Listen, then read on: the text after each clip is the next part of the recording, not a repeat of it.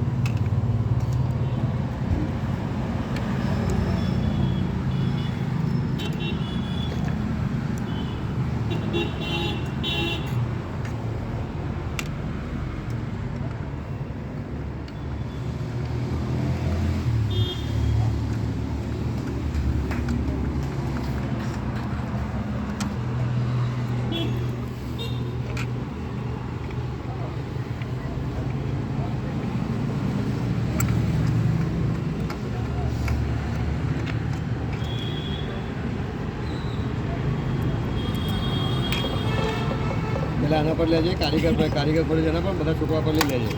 એ બધા જોઈ રહ્યા છે એ બી ખબર પડે.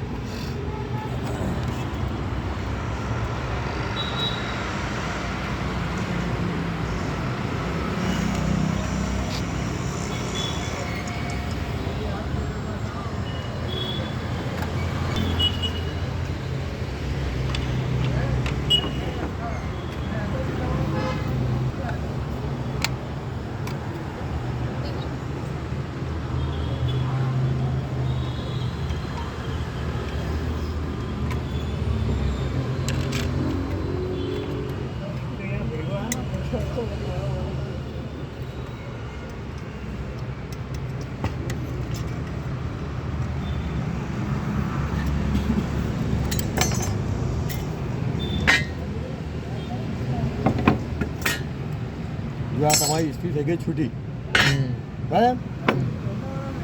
ઇસ્ત્રીમાં સૌથી પહેલાં શું આવે તમારે ત્યાં ઇસ્ત્રી, એટલે તમે સૌથી પહેલાં શું ચેક કરશો? બેઝિક વસ્તુ છે ઇસ્ત્રીમાં. કોઈ પણ ઇસ્ત્રી તમારે ત્યાં રિપેરિંગમાં આવી એટલે બેઝિક વસ્તુ શું છે તો એનો કોડ વાળે છે. આને સપ્લાય કોડ કહેવાય. કોઈ પણ ઇસ્ત્રી આવે એટલે પહેલાં ખોલ નાખવાના અને 3 કોન્ટેક્ટ ખોલ નાખવાના, એટલે પછી એને ફેસ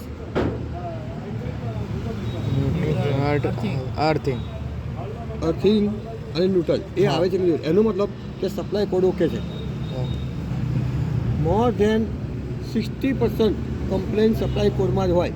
કેમ કે ઇસ્ત્રી છે ને એ ચારે બાજુ જ્યારે આમ થાય ને તો આ વળી ગયું હોય.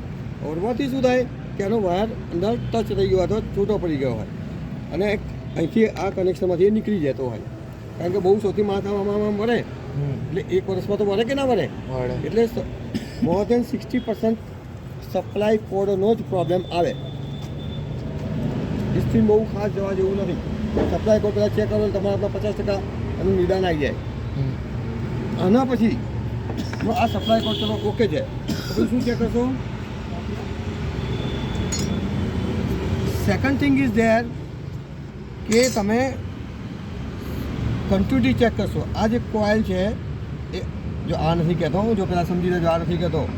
This one is coil. આ કોઇલને આપો એટલે તમારો લેમ્પ સળગવો જોઈએ. એટલે શું થાય કે એની જે અહીંથી જે કન્ટિન્યુટી આવે છે એ ઓકે છે.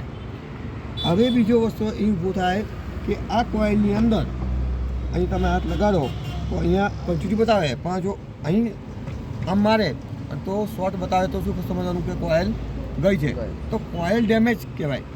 બરાબર.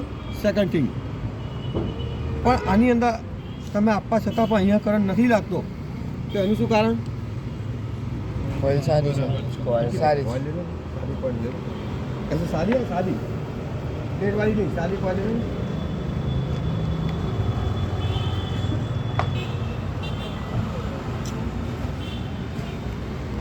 एक અહીં લગાડો ને એક અહીં લગાડો અને જો શોર્ટ બતાવતી હોય એનો મતલબ શું થાય કે કોઇલનો કોઈ ભાગ અહીંથી નીકળી ગયો છે. હવે આની અંદર બંને લગાવો તે તમે હાથ લગાવો તો કરંટ નથી આવતો અને કોઇલ ગરમ થાય છે. તો કોઇલ ગરમ થવાનું કારણ શું? મેં 2 દિવસ પહેલાં એક વિઝનનું લેક્ચર આપેલું કોઇલનું, એમાં બધું મેં સમજાવેલું. શું કારણ? માટીનો માટકાનો ચીનો માટકીનો વચ્ચે કોઈ વાયર હોય છે જે ગરમ થાય. કોઈ વાર નહીં, કોઈ વાર નહીં, નથી ચાલતી. ફર્સ્ટ સ્ટેપ શું થયું આમાં? મેં ફર્સ્ટ સ્ટેપ શું સમજાવું તમને? પેલા વાયર વાયર છે. ચેક કરો. સેકન્ડ શું? ઓઇલ ચેક કરો. આમાંથી નથી ચાલતું. બરાબર? તો થર્ડ શું કહે? This one is thermostat. Thermostat શું કરે? ટેમ્પરેચરને કંટ્રોલ કરે. હવે જુઓ, આજે ચિનાઈ માટેનો મણકો જોયું નહીં આગળ?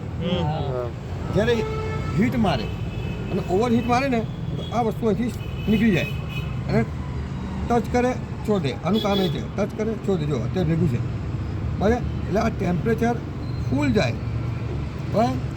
અને તારે હીટ મારે તો આનો કોન્ટેક્ટ, આ જે પટ્ટીઓ છે, આ જે છે પટ્ટી, બરાબર? જો એ પટ્ટી એને છોડી દે હીટ મારે, બરાબર?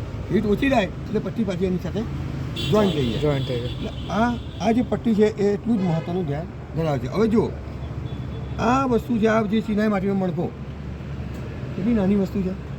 આ ચિનાઈ માટીનો મણકો ના હોય ને શોર્ટ થાય. એટલે જ્યારે તમે પ્રેસ ખોલો અને થર્મોસ્ટેટ ખોલી નાખી એટલે ચિનાઈ માટીના મણકાને પહેલું ધ્યાન આપવાનું, કેમ કે આના વગર આખું થર્મોસ્ટેટ ફેલ જશે તમારું, કારણ કે પછી તમારે શોર્ટ માટે. આ ચિનાઈ માટીનું મણકો મહત્ત્વ રાખે છે. વસ્તુ કોઈ આનું મહત્ત્વ છે, બરાબર? This one is thermostat. Thermostat કેવી રીતના ચેક કરાય એ તમને હું પ્રેક્ટિકલ બતાવું છું, બરાબર?